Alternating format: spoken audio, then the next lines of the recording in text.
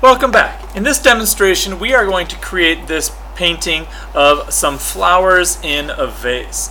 Alright, in a previous lesson, we have looked at a bunch of different flowers and learned how to draw a bunch of different flowers. So you should have those flowers inside of your folder, and you can pull them out for this lesson to help remind you what those drawings should look like. Alright, and once we get our drawing done, we'll Sharpie it, and then we will paint it. So, to get started, you're going to need a nice piece of watercolor paper. Make sure that you find the back. Which side is the back? This side is the front because it's a little bit more textured. And on the back, please write your name. My name is Mr. Lundgren, so I'm going to write that. You write your name. And then write your homeroom teacher and your section number. Okay, once you have that finished, then flip your paper over. Alright, now that we've got your name on the paper, you're going to draw the flowers kind of in the top section here. Now, to create some balance, we're just going to draw 5 of them so that we have an odd number. Odd numbers usually look better. If you want to add an extra one later, that's fine, but we're going to just start with 5. Now, I'm going to take just little teeny circles and kind of spread them out to give me a guide for where I want my flowers to be. So I'm going to have one right about here. It's just a little off center. You should press lightly so that you can erase it later easily, whereas I'm going to press a little harder so you can actually see them. So there's one flower. Here's my other flower. Here's my other flower. Another one down here.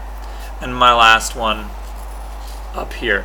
And you can see how I've kind of tried to lay them out so there's 2 on one side and 1 in the middle, but they're not exactly the same, they're not exactly symmetrical.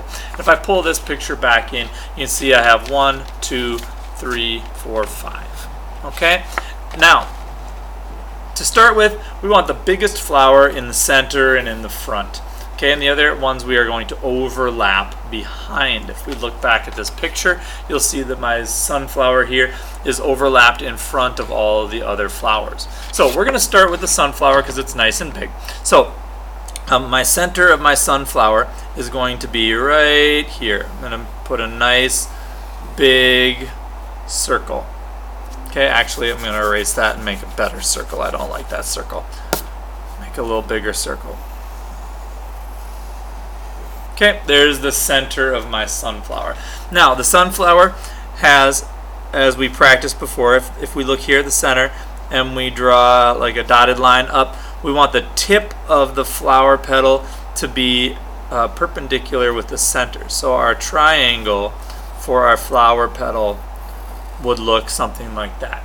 A lot of kids get into drawing it and they start drawing triangles like this that are kind of lopsided and the point is like off to the side, and that usually looks kind of awkward and not very realistic. So try your best to make sure that the point of your petal is in a straight line, and then down from that come the flower petals. Now, if you have to overlap just a little bit like I did there, that's fine, but try your best to keep them kind of just right next to each other. So there's my next flower petal, my next one here, and make your flower petals this like initial flower petals kind of long.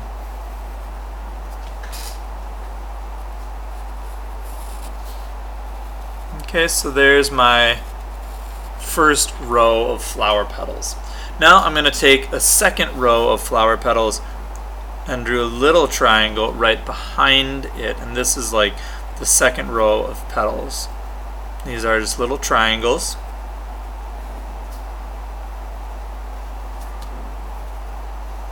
Like that. Okay, now we've got our first flower in our sunflower. Now we're going to take the next flower, which is going to be a daisy here, and we're going to put that daisy on the side. So just like in the drawing that we've done before, I'm going to make that gumdrop shape. So here's my gumdrop shape. It's a horizontal line kind of on a diagonal, and then the domed part like this. Alright, now we're going to do the petals. The first petal we're going to have here, and it's going to curve down around, and back up to the center, kind of like a teardrop shape. Now the next one is not going to start here at the center, but rather here halfway down because it's overlapped underneath. So we're going to do a curve out and then up like that.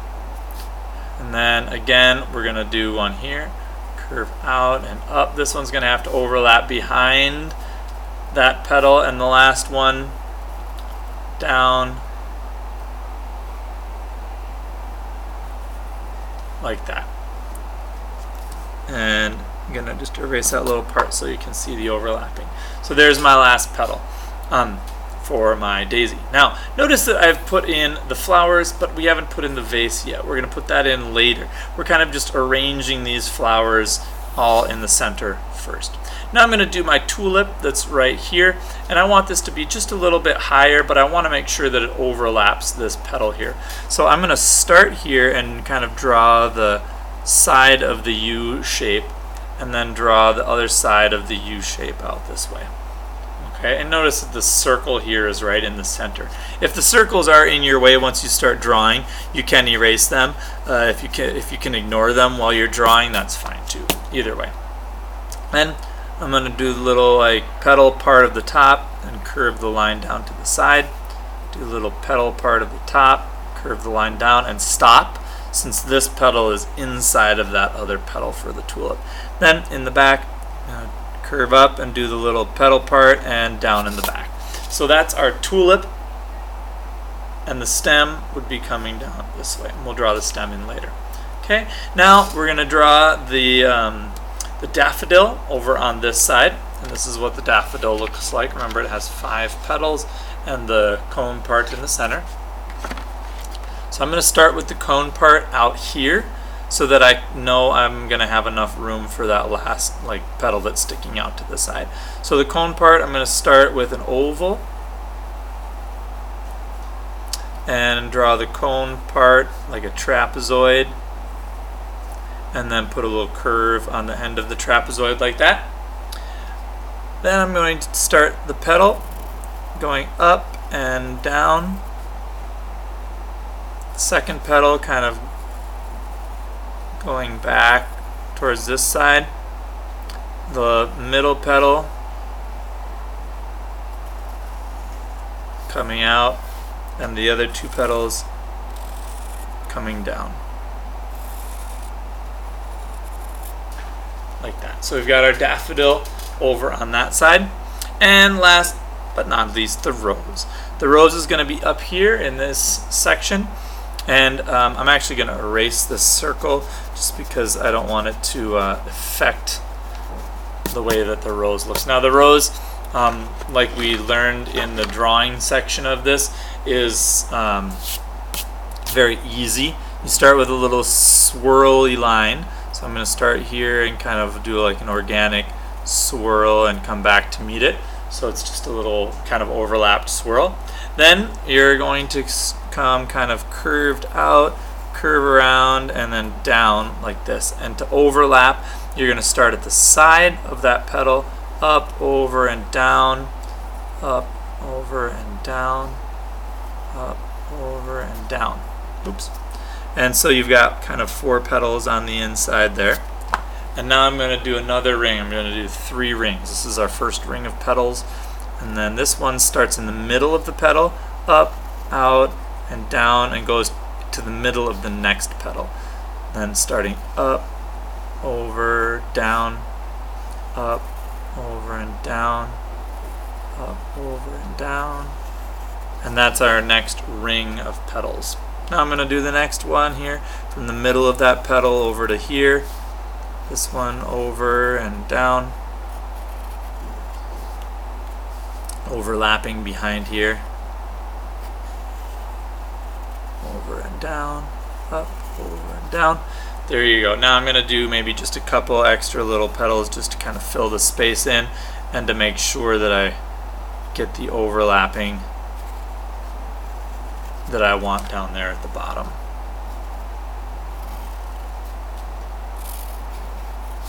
And this is a little less programmatic there. There you go. There's our rose, opened up rose in the back. Okay, now that we have our 5 flowers, if you'd like to add an extra flower maybe on this side or somewhere that makes sense for the balance, you can do that. Now what we're going to do is start the vase. Now the vase, you can decide to have the vase whatever shape you want. You can see in this one I've just kind of got it a little angled inward. You can make it clear or you can make it patterned later if you want that too, but I'm going to make a clear one. And what I'm going to do is I'm going to just start with an oval here, and I'm going to do the side of the oval and the other side of the oval here, but I'm not going to do any oval in the back because the stems are going to be overlapped in front. Then here I'm going to draw kind of the rim by doing a little curved line like that. And now at the bottom you can do whatever you want. If you want to curve this in and out and make it big at the bottom, or you want to make it pointy down at the bottom, whatever you want. Okay, I'm going to take this and curve it in, and I'm going to make like a triangular shape, and then try to make it symmetrical like that, so it's kind of a curved, or like a squarish base. You can imagine the back of it would go back there. Alright, now once you've got your vase finished and decided on, you're going to take the stems and put them inside the vase. So stems always come from the center of the flower, so this one's going to come straight down and stop there so that it overlaps inside like so. Then this one is going to kind of come straight this way. You can imagine the line coming this way in. So I'm going to come this way,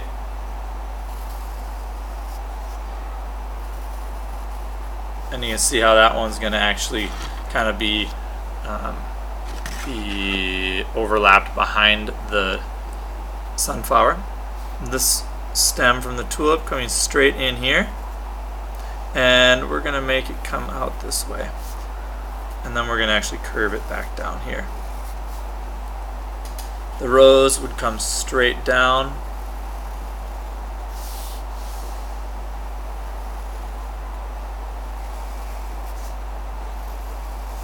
Like that. And the daffodil